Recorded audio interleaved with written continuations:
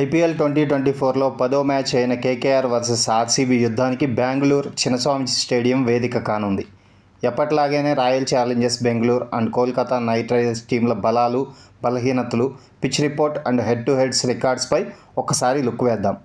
KKR versus RCB match ఎప్పటిలాగానే 29 మార్చి 2024 రాత్రి 7:30 గంటలకు బెంగళూరు హోమ్ గ్రౌండ్ అయిన చిన్నస్వామి స్టేడియంలో జరగనుంది. ఈ గ్రౌండ్ యొక్క బౌండరీలు చాలా చిన్నవిగా ఉంటాయి. సో పెద్ద స్కోర్లు నమోదయ్యే అవకాశం చాలా ఎక్కువ.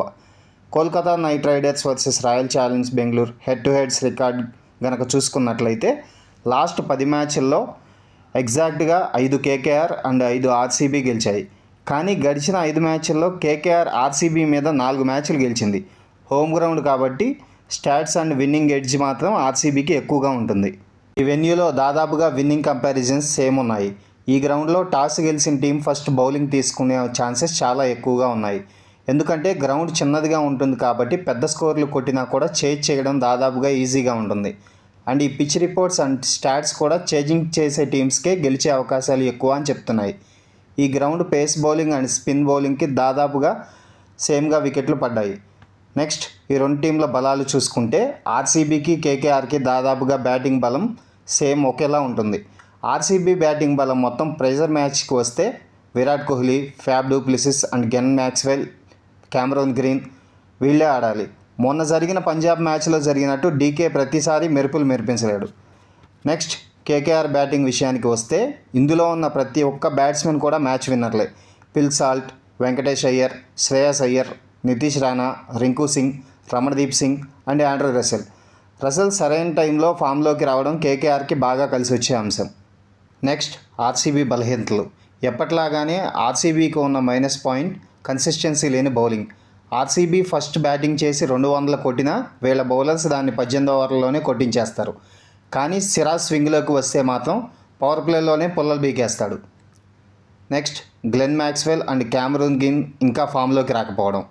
గ్లెన్ మ్యాక్స్వెల్ అయితే 2 మ్యాచ్లు కలిపి 3 రన్లు మాత్రమే చేశాడు అంటే తన పూర్ ఫామ్ ఎలా ఉందో ఆలోచించాలి. నాకు తెలిసి మ్యాక్స్వెల్ తప్పకుండా ఈ మ్యాచ్లో ఫామ్లోకి వస్తాడు అనిపిస్తుంది.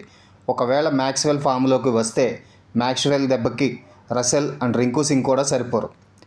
ఇంకా కేకేఆర్ బలహీనతలు చూసుకుంటే Shreyas Iyer poor form and Mitchell Starc useless bowling. Last మ్యాచ్లో క్లాసెన్ స్టార్క్ని 19వ ఓవర్లో 26 రన్స్ కొట్టాడు అంటే తన పూర్ ఫామ్ ఎలా ఉందో చూసుకోవాలి. పర్లేదు, మొదటి మ్యాచే కాబట్టి ఏం కాదు. ఒకవేళ స్టార్క్ గనక ఫామ్లోకి వస్తే వికెట్లు విరిగిపోవడం ఖాయం. మోస్ట్లీ శ్రేయస్ అయ్యర్ కూడా ఈ మ్యాచ్లో ఫామ్లోకి వస్తాడు అనుకుంటున్నా. ఫైనల్గా కేకేఆర్ వర్సెస్ ఆర్సీబీ ప్లేయింగ్ 11 విషయానికి వస్తే దాదాపుగా సేమ్ ఉండొచ్చు. ఈ రెండు టీంల యొక్క ప్లేయింగ్ 11 అంచనా చూసుకుంటే ముందుగా Kolkata Knight Riders Phil Salt, Venkatesh Iyer, Shreyas Iyer, Nitish Rana, Ramandeep Singh, Rinku Singh, Andre Russell, Sunil Narine, Mitchell Starc, Varun Chakravarthy, Harshit Rana and Shreyans Sharma. Next RCB playing 11 Virat Kohli, Faf du Plessis, Rajat Patidar, Glenn Maxwell, Cameron Green, Dinesh Karthik, Anuj Rawat, Mahipal Lomror, Mayank Dagar, Alzarri Joseph, Mohammed Siraj and Yash Dayal. గెలిచే అవకాశం హోమ్ గ్రౌండ్ కాబట్టి ఆర్సీబీకే ఎక్కువ. స్టాట్స్ అండ్ గ్రౌండ్ చిన్నగా ఉండడం వల్ల ఏ టీం అయితే చేజ్ చేస్తుందో ఆ టీంకి గెలిచే అవకాశాలు ఎక్కువగా ఉన్నాయి అనుకుంటున్నా. మరిన్ని interesting IPL and international cricket updates కోసం ఛానల్ని సబ్స్క్రైబ్ చేసి సపోర్ట్ చేయండి. వీడియోకి లైక్ కొట్టి ఎంకరేజ్ చేయండి. Thanks for watching. జై హింద్.